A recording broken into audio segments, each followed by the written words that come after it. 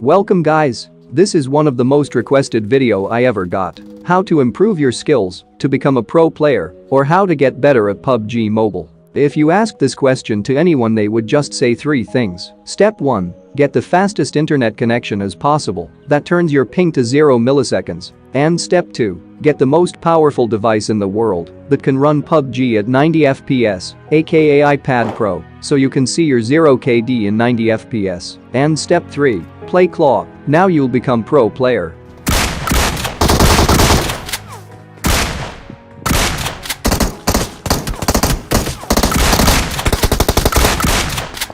Jokes aside, this is the fastest way to get better at this game. But is it really true? Having a good device will actually make you a better player. I mean, yes, but actually no, it does not make you a better player immediately, but it sure can help you to be better than before. For example, high-end devices will enable you to achieve the fastest reflexes as possible, or fastest reaction, meaning that you can react to your enemies a lot faster, whereas in mid-range devices you will not able to achieve the same level of reflexes as you would in the high-end device, but you can still make it up for that by using your skills. So the device may have a huge impact on your gameplay, but you can match it up for that by utilizing your skills, which we will be going through in this video. So in order to get better at this game, you'll need to learn few things.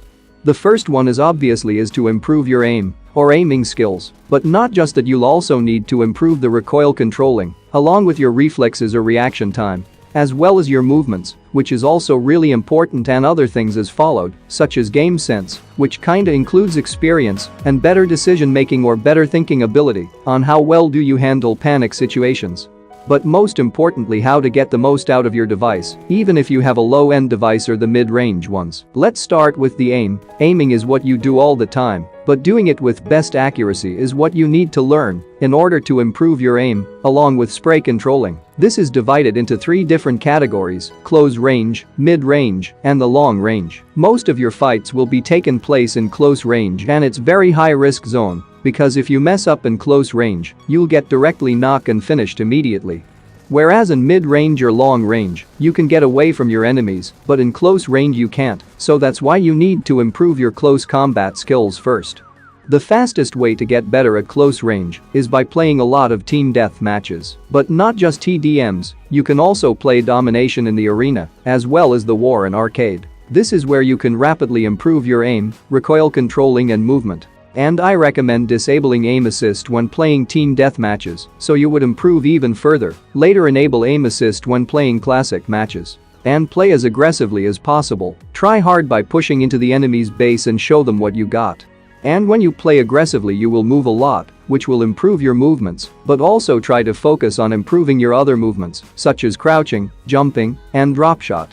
And try strafing left and right to dodge the bullets, also known as jiggle movement. And the next most important thing is leaning. Leaning is something that is always useful at any range. I have seen a lot of players come out of their cover completely in order to shoot at their opponents. Example like this. I mean, this is okay when there is only one single enemy, but when there are multiple enemies you shouldn't be doing this. Instead, use the lean function to peek either left or right direction depending on the situation. When you lean out from your cover, this is what your enemy sees. It's insanely powerful as it will make you way harder to hit. And the next thing is to improve your hip fire accuracy. Everyone has their own ways of practicing hip fire, but if you're a gyroscope player, then the best way to learn how to use gyro for hip firing is by setting up your ADS sensitivity to 1%. So now you'll fully rely on gyro. And now practice the new 1% ADS sensitivity in TDMs to understand how it will help you a lot. I already made a video on this topic. If you want to learn more about it, check that out, link is in description as well as on the top right corner of your screen. But if you're not a gyroscope player, then don't worry, you can still learn, but you'll need to do a lot more practice. And here is a tip to improve hip fire even further. Always aim for the head level or at the neck area, because headshots will do some critical damage to your opponents. And also try to maintain your crosshair at enemy's head level, even when the enemy is hiding behind a cover, so you can quickly get an instant headshot when they come out of their cover. You need to practice all these things in team death matches first, in order to create muscle memory, or reflex, and then later you can implement them into your classic gameplay. Sometimes you don't even realize that you're doing all these things without knowing. For example, around 1 year ago, I spent so many hours playing team deathmatches and focusing on improving my hip fire and crosshair placement. And I'm glad I did that, so now whenever I see an enemy, my crosshair instantly goes on top of the enemy's head. This is what I would call muscle memory and reflexes, and this can be improved over time by practicing. So I would recommend playing TDM at least 30 minutes to 1 hour in the beginning, and later as you get better you could spend less time in TDM, like only up to 10 to 20 minutes. Sometimes team deathmatches can be boring, so you can play other modes like domination and war mode as an alternative. I still spend at least 10 minutes each day in TDM in order to warm up before playing classic, and sometimes when I play really bad, I would just play TDMs continuously until I make any improvements. And the next thing is about pre-fire. Pre-firing is a great skill to learn. In some situations it has a huge impact on your close combat skills, and the more you use it, the better you will understand about it. The way how most people use pre-fire is when the enemy is holding back and you're pushing in, do it with a pre-fire, and if they peek during pre-fire, they most likely end up dying in that pre-fire. And the other one is prediction pre-fire. For example, let's say you're expecting your opponent to come from this direction, so you pre-aim or scope in and start pre-firing and hope that your enemy jumps into your pre-fire and dies. This one totally depends on your skills and how good you will able to identify the footsteps.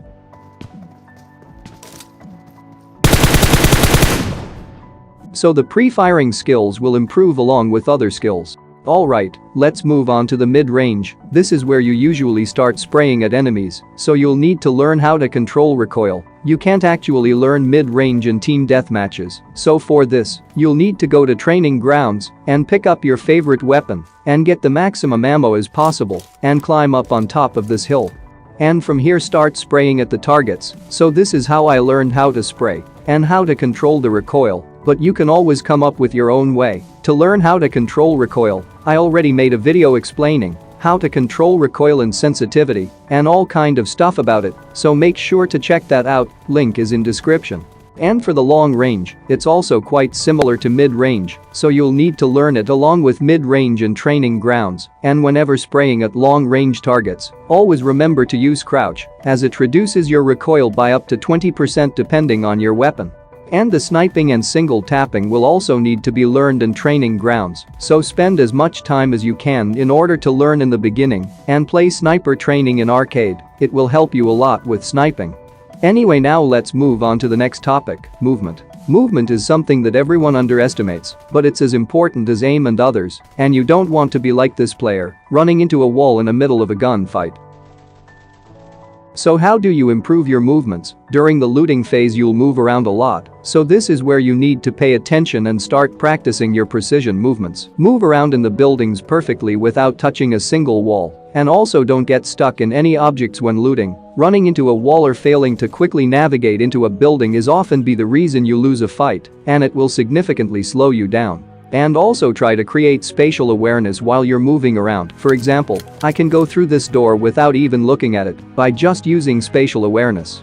And movement also includes crouching, jumping, proning, and strafing left and right to dodge bullets, so I already made a dedicated video on all these things in a more detailed way, which is also in the description. Make sure to check it out. Now to the next one, which is game sense. But what is game sense? It's more like common sense but in games, and it takes really long time to improve it. The game sense will help you create strategies, and the players have to think of tactics and make a quick decision on how they should attack their opponents. You can think of your game sense as your game IQ. Having good game sense enables you to beat other players that have an advantage on you, but you can outsmart and outplay them by using your game sense. So how do you improve your game sense? It totally depends on your ability to process information and the situation around you, and then use that information to make the most effective play. Usually you can improve this just by naturally playing the game, but it would take really long time. So the other way is to watch professional players and learn from them by making note of what they do and why they do things the way they do. So let me give you an example on how you can use your game sense. So this is an early game, and there is an enemy next to my building, and I can hear that player coming upstairs, so I pre-aimed at this door because that player will most likely to enter in this room to loot. And as soon as I started hearing louder footsteps sound, I started my pre-fire, and luckily the enemy got into my pre-fire. So this is how I use my game sense. Anyway, let's move on to the last topic, how to get most out of your device. Well, for this one you most probably heard of GFX tool, which helps you to unlock higher frame rates in your device. So why do you need to use this? If your phone only supports up to medium frame rates, then you're at massive disadvantage because most of the guns shoot slower in that FPS. Here is an example of M249 in 90 FPS, and high FPS, and medium FPS, and medium FPS shoots extremely slowly. We all know 90 FPS has the fastest firing rate for some of the weapons. So this is why I highly recommend you to use GFX tool to unlock better FPS option. And also, if you're playing in medium frame rates, most of the weapons like M416 and AKM shoot slower in that FPS option. This is a huge problem for low-end device players, so that's why using a GFX tool will fix some of that problems. So install the most downloaded GFX tool from Play Store with highest reviews as possible, and then now open that app, select your version, and now in the resolution, select the lowest resolution as possible, and then now unlock FPS. Suppose if your phone only supports up to medium FPS, then you could unlock high FPS, but don't even try to unlocking 60 FPS, your device can't handle it.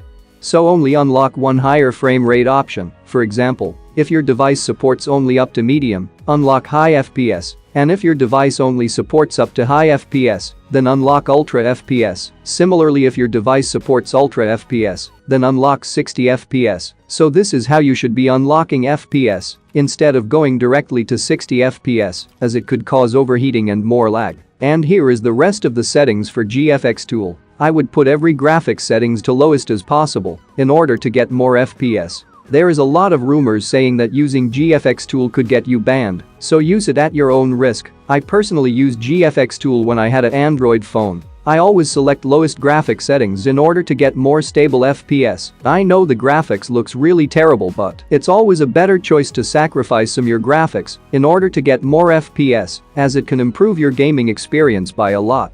Because FPS can change a lot of things, like firing rate of a weapon, and recoil controlling, and damage output, and a lot of other things. And the next thing is your internet connection or MS or ping. I never had any issues with ping, because my Wi-Fi or internet was really good. I always get 20 ms since the beginning of the game. If your ping is below 100 then it's good, but if it's below 50, then it's really good. And I know most of you use mobile data to play Pubg. Sometimes I do play on mobile data, but I still get a good ping. Here is a tip: to get the best ping as possible, go to training grounds or cheer park. And now roam around in your entire home and try to find a certain place that gives you lowest ping or lowest milliseconds, maybe near windows, but for me personally I always find that balcony gives me the lowest ping as possible. It changes from over 100 ms to around 30 to 40 ms in balcony, so this is something that you can do to improve your internet connection by finding the best network signals in your home. But doesn't matter whether you have a good ping or a bad ping, desync will always happen, so you can't do anything about it. If you made it this far, comment 69 and join my Discord server. We have over 20,000 members in my server, so you can find new teammates and make new friends or enemies. Link is in description. And also, if you use Instagram, make sure to follow me on it. I post short video clips almost every day. Anyway, that's all I got for this video. I hope you learned something new. If you did, hit the like button and subscribe for more upcoming videos like this. And see you guys in the next video. Enjoy my bot gameplay.